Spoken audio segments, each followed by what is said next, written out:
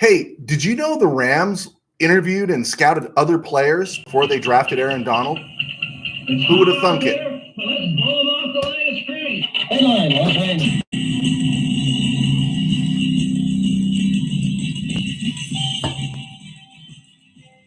Live from the RamCave, I'm Joe Terosian, and this is RamView, the May the 7th, 2025 edition, brought to you by Kistler Law Firm. Injured in an auto accident, need help, got questions?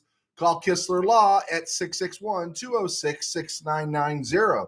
That's Kistler Law at 661-206-6990. And check out KistlerLawFirm.com. That's one word. KistlerLawFirm.com. Kistler Law, they've been fighting for you since 92. And by Temple City Auto Repair. Having some auto issues, get yourself some John and Henry at TempleCityAutoRepair.com. All right, beef first. I understand it's slow right now. I really do. I understand it's slow and everyone's looking for content. I think if you look at the rosters, I think if you look at the opponents, even though we don't know exactly when you're playing the opponents, I think there's always something to cull out of the dead time and have something interesting to talk about. I really don't care about articles or short pieces about who the Rams were targeting in the draft 2 weeks ago, 3 weeks ago. It means nothing to me because they didn't draft him. It didn't happen, right? That's why I always found the Brock Bowers stuff. Really? And the Ted McMillan stuff this offseason just keeps, it's like, really? Yeah, of course they're going to investigate. They're the Rams. They're an NFL franchise. It's like, they're not the Steelers, right? They're not the Belichick Patriots. They're going to do their homework, right? And so they did their homework and they drafted who they drafted. If they could have drafted somebody else further up, if there was an opportunity, they would have done it. But I just don't get going back and rehashing. I understand, again, it's desperate dead period time until the mini camps get going. But then you get experts project that the Rams will be interested in Gandalf the Magician. I mean, it's like you get so many of these things. We get the video. Aaron Donald's working out. Hey, I want Aaron Donald to come back. I do have this idea that there's a possibility that he takes a year off. Maybe Jalen Ramsey comes back and he thinks, you know what? I think I'd just like to come out and be part of the rotation. I dream about that, but I don't need to see a photo of Aaron Donald every time he's working out. And then the uniforms. There's constant talk about uniforms. I can say this. Rams will always screw up the uniforms. I'll tell you why. It's because since they come back to Los Angeles, they've embraced the Hollywood brand. They haven't embraced the football brand. Football is blue collar. Football is knocking your heads going against somebody. Football is grindstone. And the marketing has settled for the flash. And I'll tell you, I think it plays out 10 years, all this success in 10 years. The reason they get outdrawn at home is because the marketing has screwed things up. Go back to the classic unis, leave them alone, don't adjust them, don't wear Sunday whites, Sunday blacks, and just have one, alternate jersey for throwback rivalry week, and just do those basic things. But I really don't care. I know people talk about what do you want Rams to do with the uniforms. Just go back to what it was in the 70s and then wear the white and blue for throwbacks and forget about it. Just build your brand. But that's not how they're marketing in LA. And I'm going to tell you, I'm not even a marketing guy, but I don't think it's working. I think it kind of sucks. I think they don't understand that they're in LA and everything's ephemeral and no one really cares long-term unless you're winning. So just build your brand. The Rams are never in this mindset are going to be like the Chiefs or the Packers or the Steelers or else. They are always going to be outdrawn at home. One, because of where we live, everyone moves here. But the other part is it's like, this is not what football is. I'm sorry. The Rock, even though he played college football, I don't want to see him there. I don't want to see the movie stars at the games. They're not the people we identify with. And we want to see former players, right? I want to see as much Jack Youngblood as I can. I want to hear about Jack Reynolds. I want to see Jackie Slater. I want to see Ferragamo. I want to see as much former players as I possibly can. But I do not want to see the elites. And the marketing crew always tries to do this. Stan, my boy Stan, we haven't talked for a while on the phone. Give me a buzz. But you got plenty of dough, bro. You got plenty of dough. Stop jumping into this game where there's one jersey after the another. So I understand it's desperate dead period and it's real serious. I've had a couple links sent to me with the Rams and the White Horns and stuff. That's cool. I don't care. But just let's talk football, right? And let's just build our brand with a consistent thing. I did hear one platform say that. I think it was Locked On actually that said that says, hey man, just keep it basic. You don't need to change. You don't need to change. Be like the Steelers, Cowboys, and Packers. You don't need to change. So there we go. All right. I got that out of the way. That was my desperate dead period rant. Steve Ramirez, throwback blue and whites. I fully agree with you, Steve. Absolutely. Manny Correa, what's up with you? I would like to see those blue and whites. The more you talk about it, I would. I miss the blue and whites. I came to the Rams midway through 72. So I heard most of the games on the radio, and I think I only saw a handful on TV. And so I really didn't get a run with the blue and whites. So when I came on board full-time in 73, they had gone to the blue and gold, or blue and yellow. It was awesome. All right. I guess I'm ranting today. I'm looking at this stuff. I want Jalen Ramsey back, right? I was almost taken in by a post today that said the Rams trade for Jalen Ramsey and had them swapping 4th rounders and 5th rounders with the Dolphins as part of the deal and everything. I want Jalen Ramsey back. But I thought it was funny that Albert Breer and some other Ram platforms were talking about Jalen Ramsey moving to safety. And I'm not going to say it was funny. Maybe it got me a little on edge because, the argument I was making and we were making on this platform in 2023, in the spring of 2023, before Ramsey was trading, was keep him and move him to safety. He's a great football player. I don't think he's a lockdown corner anymore, but I think he's a great football player. So I'm not going to be upset if they make the move. Rams know what they're doing in that regard. At least the player personnel isn't handled by the marketing group. But I was laughing because it was like, didn't we just have that conversation? No, that conversation was 2 years ago. 2 years ago about moving into safety. It's like Albert Breer, bro. Get with it. Pick it up a little bit. All right. Saw today, again, looking at desperate dead period material. I saw it on CBS Sports. I think it was on CBS Sports. They posted that the Rams are holding their mandatory minicamp in Hawaii this June, actually on Maui. Isn't that like, what a great recruiting tool, right? Now, I'm giving them a hard time about their marketing department, but this is pretty good marketing and everything right here. It's like, hey, man, everyone has mandatory minicamp, but if you go play for the Rams, you get to do it in Hawaii. Yeah, that sounds pretty good, right? I mean, who wouldn't want to do that? I got to preach in Hawaii once. I got called to speak to a youth camp there. I talked so much trash to my friends because, hey, man, they're paying me to go to Hawaii and work. It's like, who gets to do that, right? And here you go. I don't think this would happen under Georgia, right? Or Carroll. Maybe Carroll. No, I doubt if it would happen under Carroll. But understand the man, Rams are taking their mandatory minicamp this June to Maui. Can you imagine? Shucks, I got to go to Maui, hun, right? That's pretty good move by the Rams. I thought something for us to acknowledge there. Let's see. Steve Ramirez, I read Dolphins don't want to take on any of Ramsey's contract. Yeah, I was hearing some of that too. And I think you want to get out of the Ramsey business. You want to get out of the Ramsey business. I get it completely. I think the Rams could absorb much of that contract, but I think they're doing their due diligence. I hope they do. I really hope they stick to their guns, not rush anything, maybe wait post June 1 and then make that deal as one of you guys suggested. ESG, Jalen Ramsey at safety, roaming around in the backfield. I'll take it. Yeah, amen, right? I think we knew that 3 years ago, guys, 2 years ago. But yeah, he's a football player. Gilbert Gonzalez, classic Rams uniforms, classic Dodgers and Lakers are by far the best uniforms. Let me ask you about when the Lakers started wearing their Sunday whites and their blacks. I thought that was ridiculous. You're the frickin' Los Angeles Lakers, right? The frickin' Los Angeles Lakers, and you're wearing whites and blacks and all these things. No, man.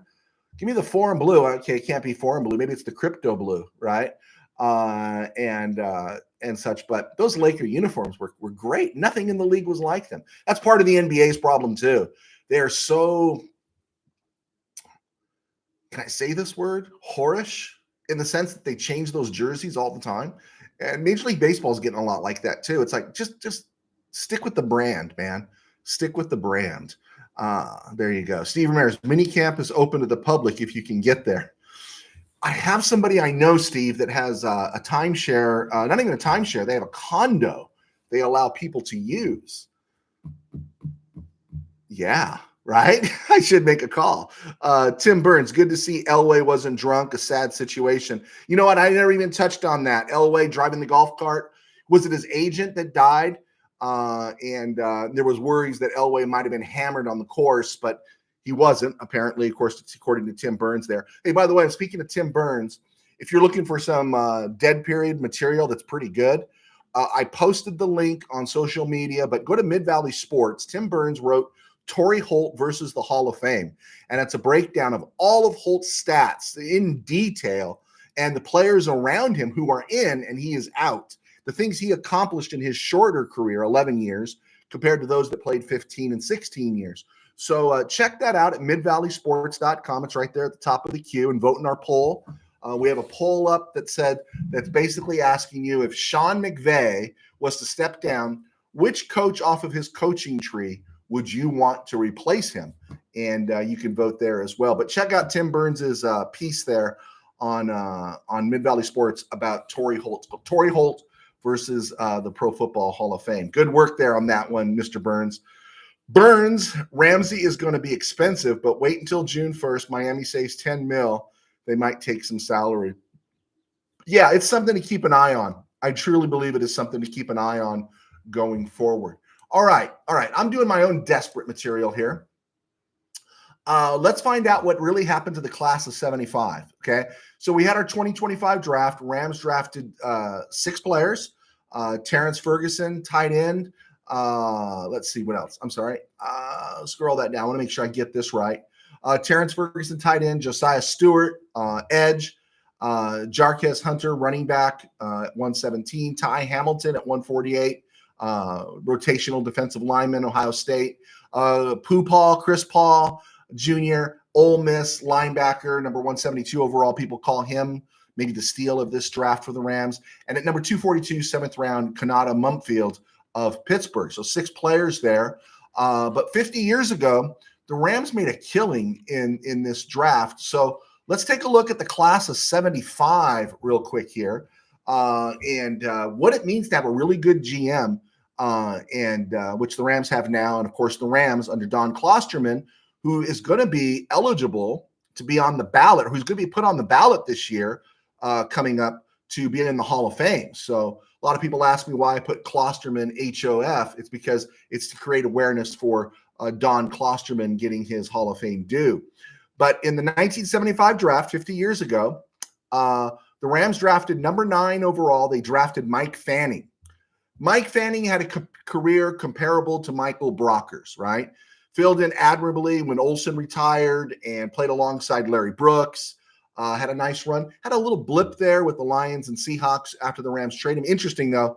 Rams traded Brockers to the Lions, and the Rams also traded Fanning to the Lions at the end. He finished up with, who was it? Chuck Knox again in Seattle. But at number 9, they drafted Mike Fanning. Good job, not great. Number 11, they drafted Dennis Hara. Absolutely outstanding pick. Dennis Hara was fantastic for the Rams for 12 years. And then you had, or 13 years. I think he played through 87. Then you had Doug France, who in a short time, his 7 seasons with the Rams, 6 seasons with the Rams, he was really good, had a couple of Pro Bowl seasons. France, who passed away a few years ago, would have just lit it up in this culture now, because he was outspoken, very active. He would have been great. He played LC Weeks in North Dallas 40. France was a bit of a boat rocker, but he was a heck of a left tackle before he left the Rams. Number 28, which was 2nd round at that time, it would be 1st round today, the Rams took Monty Jackson, right? Now, what they did with Monty Jackson, when Monty Jackson got into a bit of a salary dispute after the 77 season, the Rams sent Monty Jackson to the Oakland Raiders, and they got draft picks that they turned into George Andrews, who was really good, but his injuries short-circuited his career, and Leroy Irvin, who was a starting corner for the Rams for a decade. Let's not forget also Leroy Irvin was a heck of a punt returner early in his career. The Rams moved Leroy Jones, who they drafted. He didn't come in until 76, but they drafted him in 75. They moved him to San Diego, and they got a draft pick, and they turned that draft pick into Billy Waddy. The number 61 pick in that draft was a guy named Jeff Reese, Washington State center. Never did a whole lot. 2 years later, during the 77 draft, they moved him as part of a deal to draft Nolan Cromwell. Jan Nugent was taking number 67 overall. He was moved in a deal that netted the Rams the draft pick that led to Irv Pankey. Number 98 overall turned into a Pro Bowl corner by the name of Rod Perry, who eventually, great starter. Rod Perry, if he had been 5'9 3/4, would have tipped that ball away after Eddie Brown hung him out to dry in Super Bowl 14. Rod Perry ended up traded to the Lions for David Hill, who gave the Rams solid 6 years as a blocking tight end, 5 years as a tight end. And then at the number 126 spot, the Rams drafted a lineman named Rick Newsom, who was ultimately turned into in a package deal trade that led to Johnny Johnson being drafted in 1980, as well as Mike Gooman. And then at number 176, heaven or hell, he was a starting quarterback. The Rams drafted Pat Hayden, who chose to sign with the WFL. But Hayden was a competent NFL quarterback. You just weren't going to win a Super Bowl with him. Rams won in Dallas with Hayden in 76, right? Rams lost with Hayden in Minnesota in 76. They lost the Mud Bowl in 77, beat the Vikings in 78, and then he went out against the Cowboys in the 78 championship game. And then, of course, we know what happened in 79. But what a class, and what a way to use literally everybody in that draft. Netted the Rams great players. Fanning, Hara, France, all started Super Bowl 14. Billy Waddy was a key contributor during that playoff run. Nolan Cromwell, of course, we know who he was. Rod Perry, we know who he was. And then, of course, Pat Hayden was on that roster but was out with an injured pinky. And then the next year in 1980, Irv Pankey, Leroy Irvin, George Andrews. Just an amazing draft class for the Rams, something I just wanted to get out there for you guys to see. Willie Bowen, LA Rams are drafting for future run in the Super Bowl. All right, I agree. More former LA Rams should be in the NFL Hall of Fame. Read Tim's article. It'll really get your motor going in regards to about Torrey Holt. So there you go. Mid-Valley Sports, check that out. Willie Bowen, Cromwell, and Rod Perry. Absolutely. Tribe. Yeah, I heard the alternates this year are going to be similar to the City Connect ones in baseball. Yeah. I just think this is where the Rams whiff, right? They whiff sometimes in free agency, and I think they whiff in the marketing department. I don't think they get football. Willie Bowen, Mike Gooman, fullback. I think of Mike Gooman like this, Willie, and I'll let you guys correct me. I think of Mike Gooman as U-back, not fullback. Remember the U-back thing that I think was really popular when they went to the one-back set. You line that guy up a tight end, you put him at the fullback spot, but you moved him around and not did the hobo with him, made him move along the line, go into motion. I think of Joe Gibbs in Washington doing that a lot. But yeah, when I think of Mike Gooman, I think of U-back. Yeah, that's what goes into my head. Steve Ramirez, how many of those picks came from the Hadel trade? Yeah, I think quite a few of those came from the Hadel trade. I do. I definitely think Fanning and Hara, because the Rams' own picks wouldn't have netted them the 9th and 11th overall, right? I just don't think so. Willie Bowen, Leroy Irving, there you go. Bill mentions Pete Holohan. I love Pete Holohan. Pete Holohan was, yeah, I really liked Pete Holohan. Okay, some quick Ram news here before we go take our break here. Rams released, we just talked about him the other day, defensive lineman David Olajiga. He was the European import exemption on the roster. I think why would you cut him now? My guess is because maybe there is a camp leg they want to bring in to help out. So Josh Carty's not doing all the kicking. Maybe there is another camp arm they want to bring in and such. So so they put him in the street. He was never going to play for the Rams, right? Like Max Percher. Couldn't remember Max's last name. Max Percher, European import. You take a flyer on him, you find out what you got. Doesn't count really towards, you get an extra bonus spot on your practice squad. So David Olajiga, who's 28 anyway, born in London, played in Missouri, one of the smaller schools in Missouri. He's out on the street, so good for him. I wish I had had that much of a career in the NFL. Good for him. All right. I'm Joe Terosian, a sports writer for 21 years. Now I do RamView. Thanks to our sponsors at Kistler Law, and they are great to us. Couldn't do what we do without them. And then also I write books. My books are on Amazon. Tangent Dreams is one of my first book. It was very successful. High school football novel. I followed that up with an indirect sequel called Temple City and the Company of the Ages. And that one did very well too. I do not have a copy of Game Day in the RamCave, which is about the Rams playing a fictional NFC title game against the Packers. It's actually sold well. And you can buy those books on Amazon.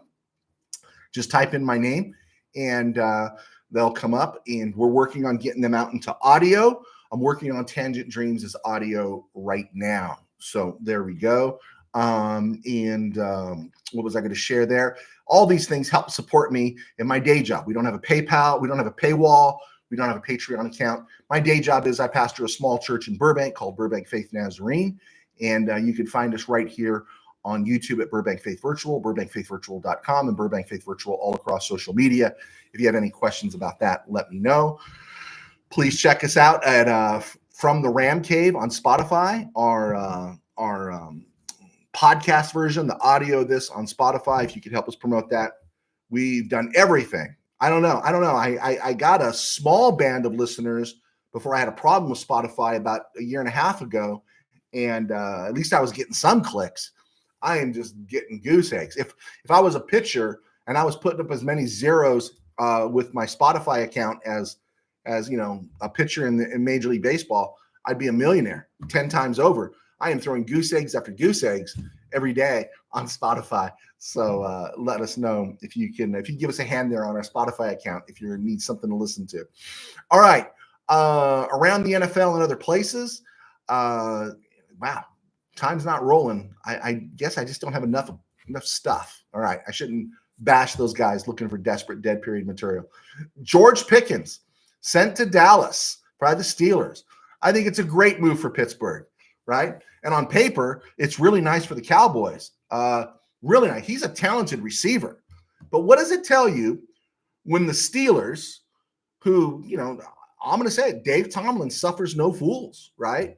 I've been giving Steeler fan Rob a hard time. I said, you're going to bring a head case in like Aaron Rodgers, who's going to throw to a head case like DK Metcalf, who's going to have another head case like George Pickens, who really couldn't carry the jockstrap professionally that DK Metcalf and Aaron Rodgers have done. Why give this dude a voice,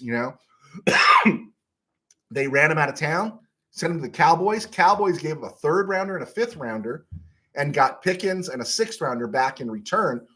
Great deal for the Steelers. Great deal for the Steelers. And on paper, again, it's good for the Cowboys, but in the locker room, it's a nightmare. If Mike Tomlin couldn't work with him, is Dak going to be able to, right? Well, what's it going to be like? CeeDee Lamb is the number 1 there, right? George Pickens wants his, and he is not a team guy. He is not somebody that you can, how would you say, trust. I wouldn't trust him. I honestly, I think he lacks quite a bit. I don't think he's tough enough, Holmes. I don't think he's got enough heart. I don't think he's got enough heart. I think I think this is his last stop. I think he's going to struggle. I'm definitely not afraid of George Pickens. So that was a good move by the Steelers to get rid of him. Now they've got another pick next year. So good for them. And then, there are a lot of receivers still on the market. Gabe Davis just got put on the market by the Jaguars. That was another great move by the Bills getting out of the Gabe Davis business because everyone was surprised. They traded Stephon Diggs, moved off of Gabe Davis after 2023. But what a great move by the Bills, and that's why they're still contending. And now Gabe Davis is in the street. Amari Cooper is out there. Keenan Allen is out there. So there's talented guys out there. And I think at this point, Amari Cooper along with DK Metcalf, I think that'd be a good pairing. It's just who's going to throw it to him. And that's what leads us to the second part here is I heard on different platforms today that that Aaron Rodgers, I think even Colin Cowherd talked about it, I saw it someplace else, is waiting for the NFL schedule to be released before signing with the Steelers because he doesn't want to play a bunch of primetime games. If that's true, why would the Steelers want to sign him, right? Why would the Steelers want to sign him? I understand, you look at what did basically the Chiefs play every day of the week last year except Tuesday, right? That's ridiculous, right? That's ridiculous. Every holiday, every Thursday, everything you could work them in, you work them in there. That was stupid of the NFL, right? I don't think the Steelers are going to have that problem, but if Aaron Rodgers is waiting for that, well, why would you want to sign this guy? But the word is they are going to sign him. And I saw a report on CBS Sports today that linked Allen Lazard to the Pittsburgh Steelers. Now, Allen Lazard was in Green Bay with Aaron. Aaron went to the Jets. Allen Lazard came to the Jets, and now there's talk of him going to Pittsburgh. He's one of Rodgers' guys, and that would be a really pretty good indicator that Rodgers is going to go to Pittsburgh. But my thinking would be Rodgers' value and options, I think they get better if he doesn't sign. He's got his ring. He's going to the Hall of Fame. He's got more money than he can count. And if he still wants to play, he always pretty much keeps himself in great shape. Why not sit back? Because somewhere along the way, there will be a catastrophic injury to a quarterback of a playoff contender, right? Won't there be, right? I mean, why should he limit himself to Steeltown? Why not wait for Tua to go down in Miami and then go to Miami of all places and then spend the back half of the season throwing to Tyreek Hill and Jalen Waddle? That might not be a bad deal. What if the worst happens in LA? I don't want Aaron Rodgers in LA, but here's the funny thing. The guy that will be backing up Matthew Stafford is Jimmy Garoppolo. Jimmy might give the Rams 3 games if Stafford goes down. And then we know Jimmy G's got a glass jaw as well. Why not wait and see what the Rams are going to offer? And I can get a late season run. I play half the season. I keep my body healthy, and I'm playing for a contender.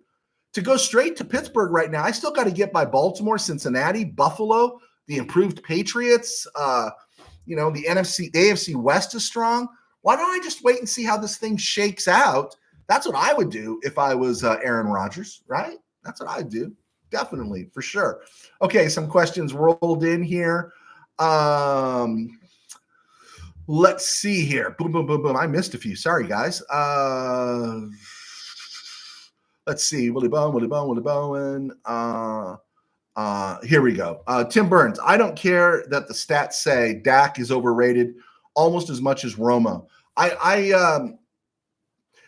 think Romo was better than Dak, but I also think Romo was elevated to like he was an elite quarterback. You used to hear people talking about Romo that he was elite. Romo was never elite, but I think he's more of a big-time passer than Dak is. And I know Dak's a good citizen. Dak's a good dude. I'm not slamming Dak, but Dak's got his limitations. I love the fact they're paying him all that money, right? I love it.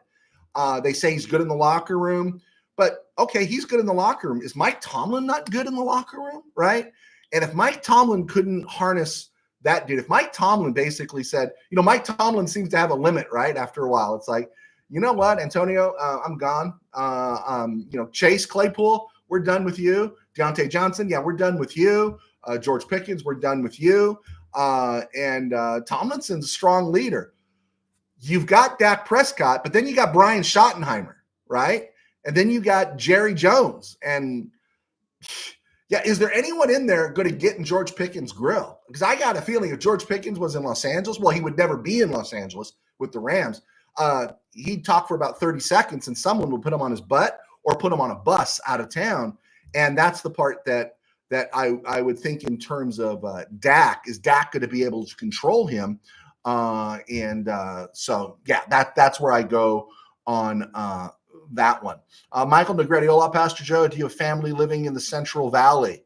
Do I have family living in the Central Valley? No, but I got a lot of close friends that live in the Central Valley. Where are you at, Michael? You at Bakersfield, Visalia, Fresno? I got a lot of friends up there. I did have some family that lived in Fresno. They moved away. I might have some distant cousins on my dad's side that I don't know about that live up near Fno. But yeah, just giving you a heads up there. Let's see here. Gilbert Gonzalez talking about the 70s Rams, just remembering the WFL California Sun put Hayden, Daryl LaMonica, Anthony Davis, the UCLA backs Washington and Kermit Johnson, right? But no line, no D. You know, that first year, that first full year was Kermit Johnson and James McAllister. And the quarterback was Tony Adams, Utah State. He had a brief stint with the Chiefs, and he was actually pretty good. They were pretty good. I think Dave Williams was the receiver. I love those uniforms. I really did. I watched all those WFL games. I did, you know, TVS and all those things. And then the next year, you didn't see him as much, but I saw a few. And of course, they went bankrupt, 10 weeks in, 12 weeks in. But they had signed Anthony Davis. Davis had been like a 4th round pick, 5th round pick, 6th round pick of the Jets, which surprised me. Of course, I was too young to know he wasn't fast enough. And then Hayden went there, but Hayden only played part of the season. Remember, he was a Rhodes Scholar, and he went to Oxford. And that's where they had Daryl LaMonica come in because Tony Adams had bolted. But yeah, I really liked the California Sun. I thought it was a great name, Southern California Sun, right? I thought that was a great name, very original. And it would have been awesome if the Rams never came back and we finally got an expansion team. That would have been a great name, right? I was arguing for that one, I think, in some columns.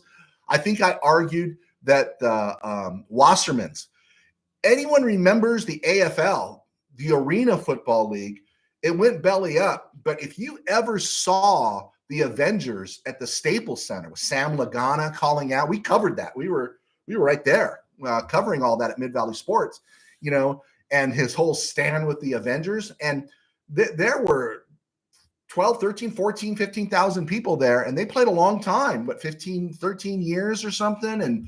And there was swag and there was a culture and everything for that group. And I was always arguing that maybe the Wassermans should basically just give them the expansion franchise, let the LA Avengers of the Arena Football League morph into the Los Angeles Avengers of the NFL. And then you've already had a built-in base because people were passionate about the LA Avengers.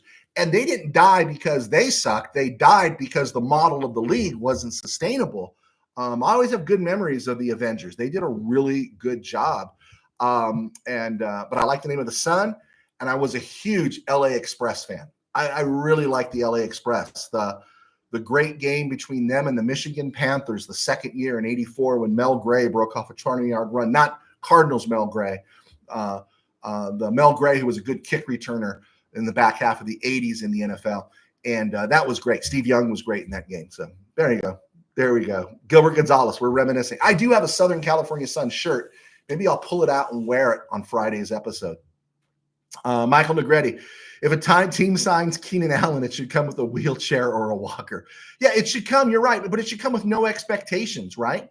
If you wanted to go back to LA now to the Chargers, the longer you wait, right? The longer you wait. What a great influence he would be or could be on someone like Trey Harris. The guy is Trey Harris they drafted from Ole Miss. But you're not dependent on him. He doesn't have to play as many snaps.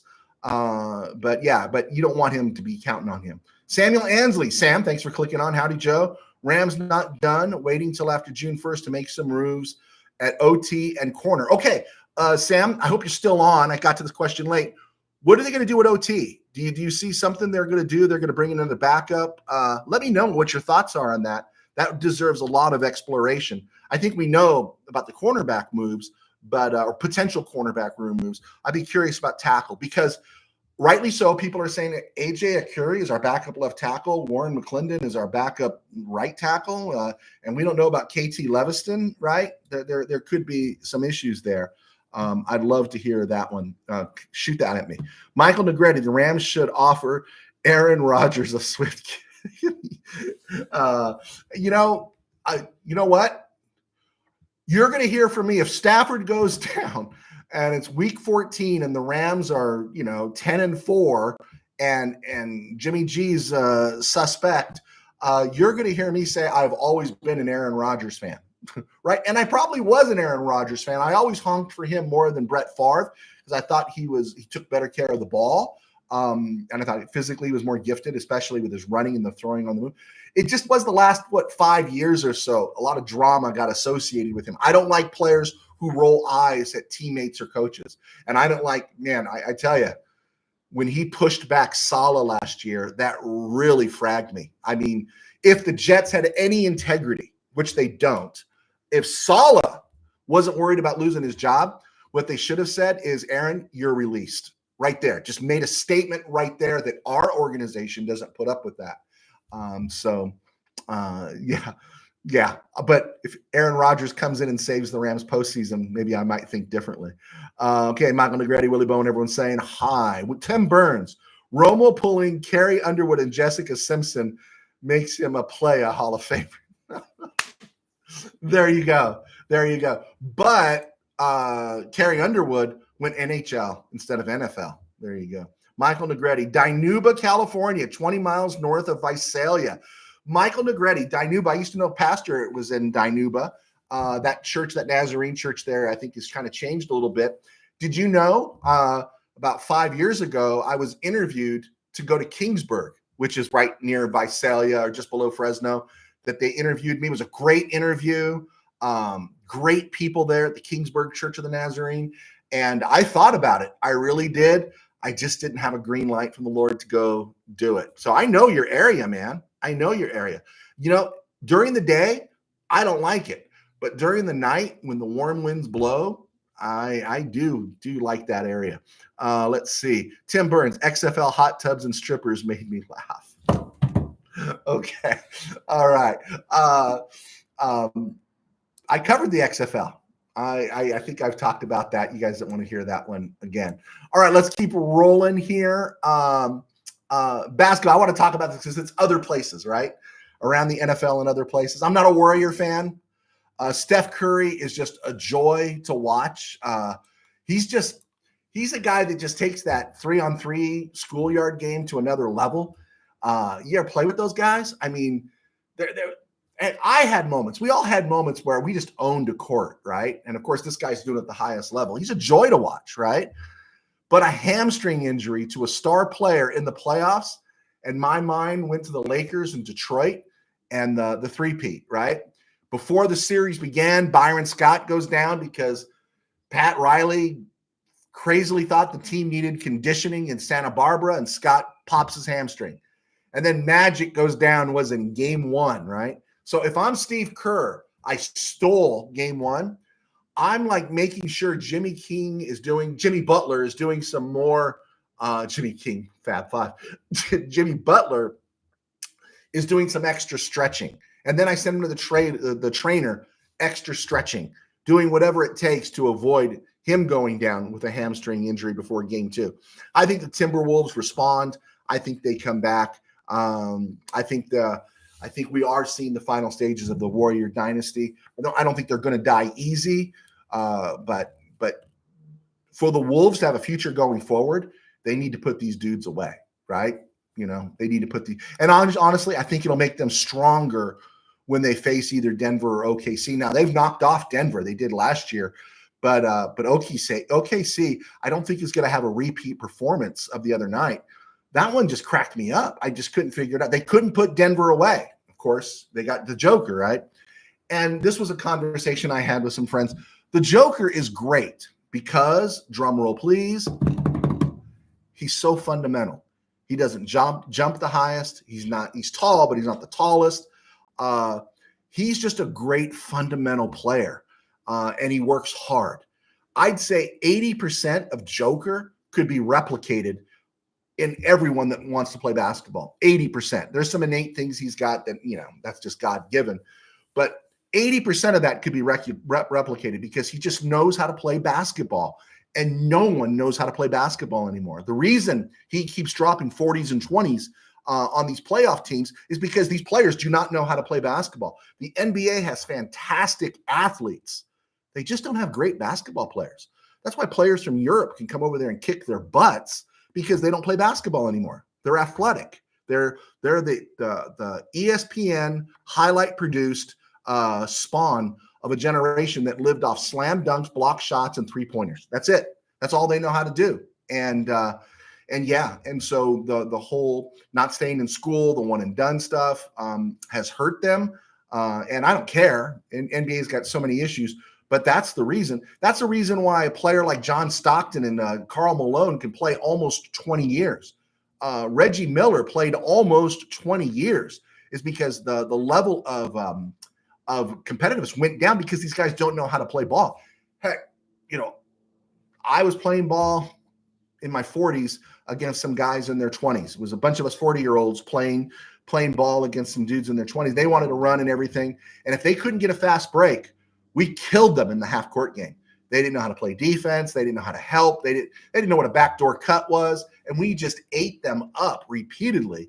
And, they could, well, if we were running, you wouldn't be able to stop us. And I said, hey, man, this is basketball. And so that's why Joker's great. And go Indiana, right? The definition of swallowing the jalapeno is Cleveland last night against the Pacers. Absolutely. All right, let's keep rolling here. I wanted to get something else in here, talking about free agents. We talked about that. Because I'm curious there, Sam had a comment about Rams making a move. Alaric Jackson's tied up for 2-3 years, okay? The best left tackle that's going to be on the market as a free agent next year is Colton Miller with the Raiders, but there's talk about him getting extended. And then there's 2 right tackles. Braden Smith, right tackle for the Colts, who's 30 now, is going to be 31 next year, and Taylor Morton, right tackle for the Panthers. He's 32 now, going to be 33. Both of them are in that 17 rock category. And that's the question. What are the Rams going to do about tackle? I think tackle, backup for tackle for the future is much more critical right now than corner, right? I think we're seeing a pattern with the Rams at corner. Run them in, run them out. Run them in, run them out. It's going to be real interesting to see what they do with all their free agents, from Witherspoon to Kobe Durant to Darius Williams to Darian Kendrick. 4 of the 6 guys in their room right now are all free agents. So it'll be something to see there. So that's something to consider right now. Also, what I wanted to look at was, who was it? Someone on NFL Channel, I think, or one of the stations said Rams have done the most to close the gap against the Eagles. And I want to look at that real quick because I pulled up the Eagles lineup, because I do think, of course, I argued from January to draft day, Bo Limmer stays right. He gets in front of Jalen Carter. It's a different outcome. And the Rams likely are in the NFC Championship game, likely winning the NFC Championship game home. And if that was the Chiefs team that faced the Eagles had faced the Rams, they would already be hosting another trophy. That's how close the Rams were to beating the Eagles in the snow in Philly. So the gap wasn't big to begin with. And so I want to break down, like, what's the Eagle roster look like today? Not to get ahead of ourselves, but I thought it would be interesting that now that we have the time. Okay, a couple of questions came in. Let's see. Tim Burns. Oh, my God. Cody Schrader tested positive for PEDs. There you go. And I was honking for Cody, right? I made the argument when the 49ers put him in the street, their depth at running back was great at that time before everyone went down with injury. Rams signed him and then never activated him. And they didn't want to waive him and put him through to the practice squad. They kept him because they thought something of him. He's returning kicks in the postseason. And so I was sharing, keep an eye on Cody Schrader. Keep an eye on Cody Schrader. And now Cody Schrader, PEDs. What is it going to be, a 6-week or a 2-weeker? That's kind of interesting. Michael Negretti, Pastor Joe, my family is from SoCal. My dad was from San Fernando Valley, and my mom is from Santa Paula. Man, have you been down the 126 lately, Mike? The 126 used to be this quiet little drive. Now they got car dealerships and everything. It's like driving through a mall now.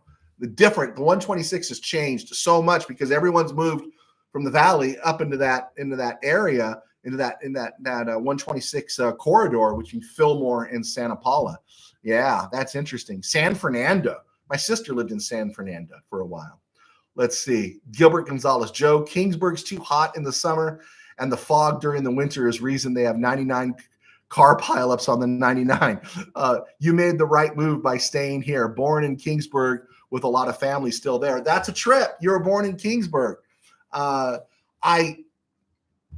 was a great offer. It was multo dinero. It was a great offer, but I don't want to get, this is sports. I don't want to get all into my job, but you got to kind of wait for a leaning from the Lord. And I love my church in Burbank. I love doing it. And it's not a big church. It's a really small church, especially after COVID, but I love the challenge of it. Kingsburg's great people. Yeah, I think I had to. Michael Negretti, Pastor Joe, what do you think of the Rams holding Maui? Yeah, we talked about that at the top. Mandatory camp. Can you imagine saying, I don't know who's married here? I don't know. Devontae Adams tells his wife or something. I don't know. Says, "Oh, honey, I got to go to mandatory mini camp." Well, that's a bummer. I'm sorry you have to go. And then he says, "It's in Hawaii," and she says, "You're taking me, right?" This is, to me, Georgia would never do this. I don't even think Rosenblum would do this. This is just a statement by the Rams organization that, man, I do mandatory minicamp. No one wants to do mandatory minicamp, but I'm doing it in Hawaii. And I just think it's a great statement by the team. Good job. They saved money on the draft house this year probably, and they're using it, some of it there in Hawaii. I think it's great. I've been to Hawaii a couple times. I've never been to Maui, right? Never been to Maui, but I heard it's beautiful. All right, I wanted to look at this real quick. We hit the 46-minute mark. Let me close this back half of the show here. This is the Eagles roster right now. The wide receivers, A.J. Brown, Devonta Smith. Boom. A.J. Brown, you never know what you're going to get out of him, but Darius Williams trying to guard A.J. Brown's not going to work, right? This is where Jalen Ramsey would come in. And then their third guy would be Jahan Dotson. There you go.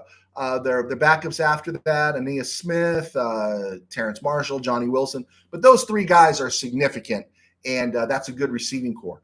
Their tight end, they just refigured out Dallas Goedert's contract, so he's going to be around for a while. It's funny, he's been around since 2018, but he's been figured out. So they're good there. Maybe a little depth issue. We'll see. And then along the offensive line, Jordan Mailata, Landon Dickerson, Cam Jurgens, and Lane Johnson make up that offensive line. Their hole right now is going to be filled in by Tyler Steen at right guard. They lost Mekhi Becton, who was a flop as a tackle with the Jets, a stud at guard for the Eagles, and now has been signed to play for the Chargers for Jim Harbaugh. And so Tyler Steen could be a little bit of a step back. But let's remember, there were some banged up injuries there. I think Jurgens was hurt when they were playing the Rams. And either way, against their tackles, Rams got 7 sacks on Jalen Hurts. Now, I think some of that's on the offensive line, but I think some of that's because of Jalen Hurts. Jalen Hurts is the quarterback, really good quarterback, solid guy, good leader, works hard, all those things. But I think he's got limitations in the passing game. Having Saquon, having the other players around him really make it work for him. I don't think he could go to Seattle and make it work. I just don't. So that's there. His backups, Tanner McKee, Kyle McCord, DTR, they're in trouble if something goes down. And then there's Saquon Barkley. So they brought a backup for him. A.J. Dillon's coming back to the NFL after sitting out last year with Green Bay. And Barkley had a lot of mileage, right? Barkley, I didn't think it would work. I wasn't pro Barkley. I thought Barkley looked better last year than he ever did with the Giants. And maybe it's because it was a better team, better offensive line. Barkley's great. But, man, we saw it with the 49ers. If your offense is built, it needs that big running back, right? Pretty much when McCaffrey went down last year, 49ers were done. If something happens to Saquon Barkley offensively, the Eagles are going to be done. I don't think this offense scares me as a Rams fan. It just because we saw it in the snow against Philly. This offense doesn't scare me. I think it's even a tick back now. A little more age on Lane Johnson, a little more wear and tear on Jalen Hurts. Mekhi Becton's gone, and so this offense doesn't scare me against the Rams defense. Now the Eagles defense, that's something else. That's really something else. They run a base 3-4. Moro Ojomo, Jordan Davis, Jalen Carter, beasts, right? Nolan Smith, who found himself this past year. Nakobe Dean, who was injured last year and then got injured late. And then Zach Bond, who they believe in and they extended with the contract. And then you got Jalix Hunt coming off another edge who people were looking at last year. And then they got depth. They drafted Andrew Makuba, the safety, 25th overall in the first round.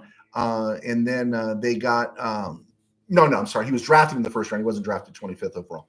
And then you've got DeGene Cooper at one of the nickelbacks, Kenyon Mitchell. Both those guys panned out. Reed Blankenship, Sidney Brown, Keely Ringo. This is a deep team defensively, and the Rams can't afford any screw-ups, as you saw. One play. Now, the Rams move the ball on these guys. And the Rams are going to be a little more dangerous now, I think, with Devontae Adams and some of the additions they've made. But this defense, legit. You can't have a night off. You can't play like you played against the Dolphins.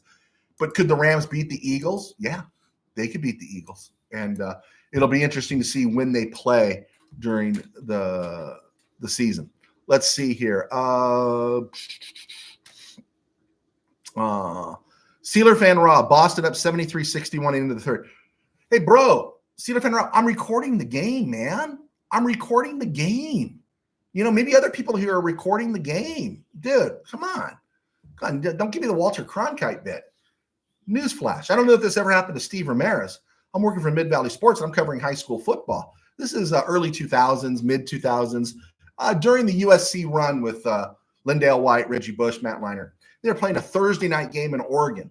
Of course I'm recording it, but I got to cover a game down in Whittier between Lucerna and, Lucerna and Santa Fe, Lucerna and Cal. These were big schools at that time. Lucerna still is. And the announcer, it's like, you might want to cover your ears. We're going to give an update. It's like, bro, we all got these phones. We don't need you giving an update. And this guy would give updates. I even lodged a complaint. I was so mad. It's like, shut up, dude. Just talk about the chains. Just talk about who carried the ball. I don't need your updates. Steeler fan Rob, that's just a warning, a polite warning. There you go. Mike Negretti, Pastor Joe, I pray that the Spirit of God will protect Matthew Stafford throughout the whole season. In saying that, no Aaron Rodgers. Stafford is being protected. I hope so.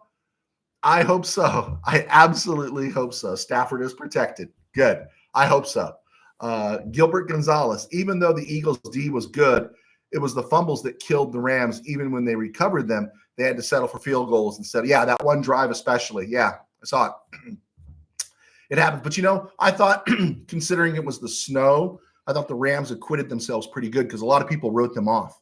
I was working winter camp. I jumped off the couch when they completed that pass to Naku, and I said, this is really going to happen. I'm glad I didn't say it too loud. There we go. Okay. I think we got it in. I think we got the show in. Oh, my bad. I would be remiss if I didn't do this day in Rams history. Stone groove, my man. Okay, on this day in Rams history, not much to talk about, except on this date in 2021, former Ram running back, fullback, Jim Bertelsen died at the age of 71. Bertelsen was drafted 30th overall by the Rams in 1972 out of Texas. He played 5 seasons with the team, including a Pro Bowl appearance in 73, rushing for 854 yards to McCutcheon's 1,097. It's a great year for him. The second-round pick used to draft him was part of the deal that sent Deacon Jones to the Chargers. They also acquired the number 31 overall pick in the 73 draft that they parlayed into Cullen Bryant. A pretty good move by the Rams. In 1974, the Rams drafted Cappelletti. Right after Bertelsen's Pro Bowl year, 854 yards, they drafted Heisman winner John Cappelletti, and I believe this was part of Klosterman's idea of best player available. Bertelson's playing time began to decrease. He went from 206 carries and 854 yards in 73 to 127 and 419 in 74. He had some knee injuries, and he was among the final cuts going into the 77 season, and his career was over after that. He went into business in Texas and lived a productive life. But yeah, I wanted to get Jim Bertelson mentioned in there. I felt it was important. All right, cool. We got it all in. There we go. And thank you guys for joining us. Thanks for hanging out. Let's see. Steve Ramirez. I had to cover Mount Sac game and was recording LSU Bama overtime game, and the PA guy gave out the score. Yeah, it's just this. It kills me when those guys think they know. It's like they're giving us some scoop. Hey, man, if we want it, it's all right here. Help me. Michael Negretti, Rams winning the Super Bowl this year would be great. It would be even sweeter winning it in Levi Stadium. Go Rams. Okay. All right, guys. God bless. Take care. Thanks for hanging out with me. We're going to be back on Friday, and maybe we'll look at those tackles, and maybe I'll wear my Southern California Sun t-shirt. There we go. Bye, guys. Take care.